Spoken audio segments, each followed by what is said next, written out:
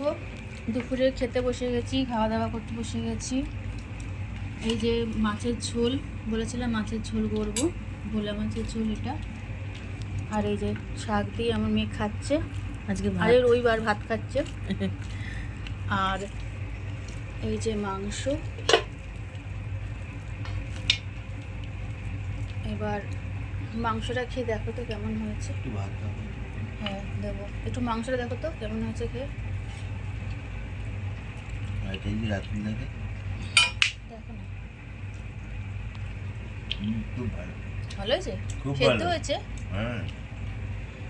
তো সেদ্ধ হয়েছে বলছে। আর আর সত্যি কথা বলতে কেন বললাম সেদ্ধ হয়েছে, অন্য সময় প্রেশার কুকারে দিই সিটি দিয়ে, কিন্তু আজকে প্রেশার কুকারে দিইনি, যেহেতু জিনিসটা বেশি ছিল বলে প্রেশার কুকারে দিইনি, এমনি কড়াতে করেছি। ওই জন্যই বললাম সেদ্ধর জন্য। কি দেখো, ঠিক আছে এখন তাহলে রাখছি, পরে আবার অন্য ভিডিও নিয়ে আসছি।